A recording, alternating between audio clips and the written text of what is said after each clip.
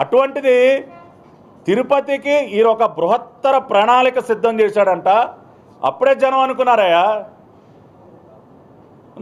ఇతనేంటి తిరుపతికి అభివృద్ధికి master plan ఏంటి అని చెప్పి ప్రజలు ఆశ్చర్యపోయారు. కానీ ఎప్పుడైతే టీడీఆర్ బాండ్స్ స్కామ్ బయటపడిందో అన్నన్నా ఏం వేసావా మాస్టర్ ప్లాన్ అనుకున్నారు. మళ్ళీ అంటే నీ మాస్టర్ ప్లాన్ దేనికి? డబ్బులు మింగటానికి, నీ ఖజానా నింపుకోవటానికి. కాబట్టి ఆ విజిలెన్స్ ఎంక్వైరీ కూడా పూర్తయింది. ఆ రిపోర్ట్ కూడా గవర్నమెంట్కి సమర్పించారు. దానిలో నీ పాత్ర, నీ పుత్రరత్నం పాత్ర, నువ్వు చెడిపోయింది చాలక నీ కొడుకును కూడా చెడగొట్టావు.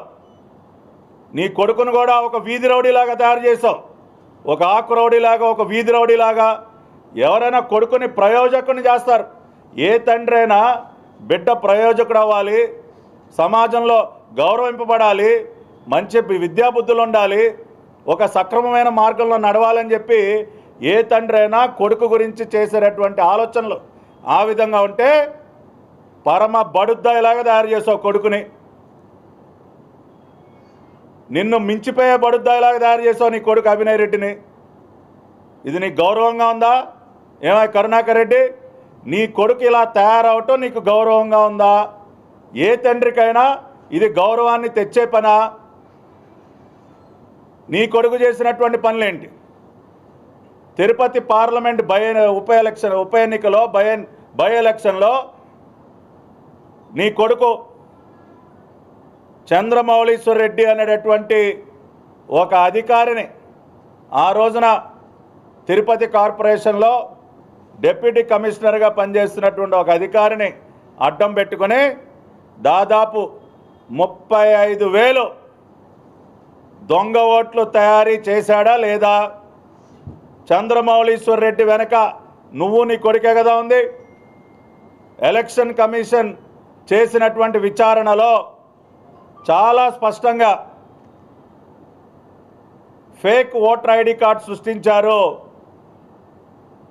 ఓట్లను, నిజమైన ఓటర్ యొక్క ఓటుని దొంగలించి నకిలీ ఓటర్ ఐడి కార్డులు సృష్టించి ఆ రోజున తిరుపతి బై ఎలక్షన్లో మీరు చేసినటువంటి అరాచకాన్ని ఎలక్షన్ కమిషను నిర్ధారించి ఆ చంద్రమౌళీశ్వర్ రెడ్డి ఇతర అధికారులని సస్పెన్షన్ కూడా ఆదేశించడం జరిగింది.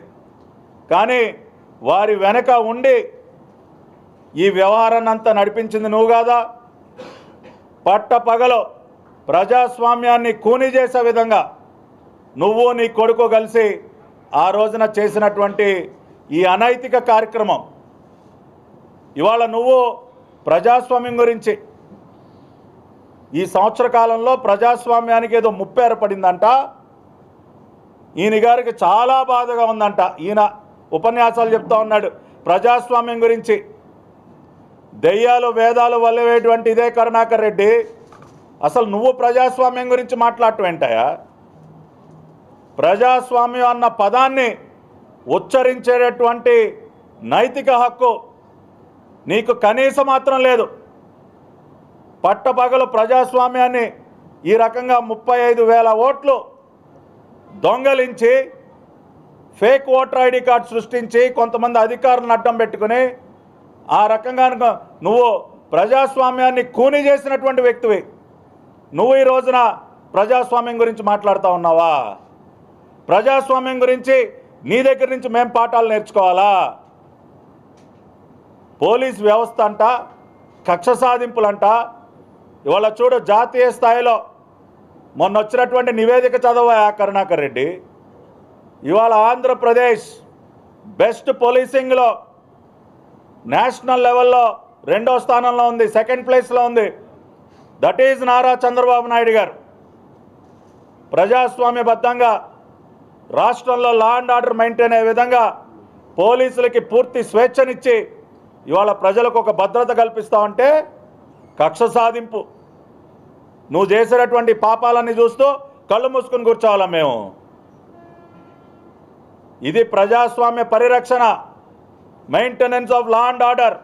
నీలాంటి చీడ పురుగుల్ని సమాజంలో నుంచి ఖచ్చితంగా ఏరిపారేస్తాం. ఉపేక్షించే పరిస్థితి లేదు బొమ్మన. నువ్వు ఒక చీడ పురుగు.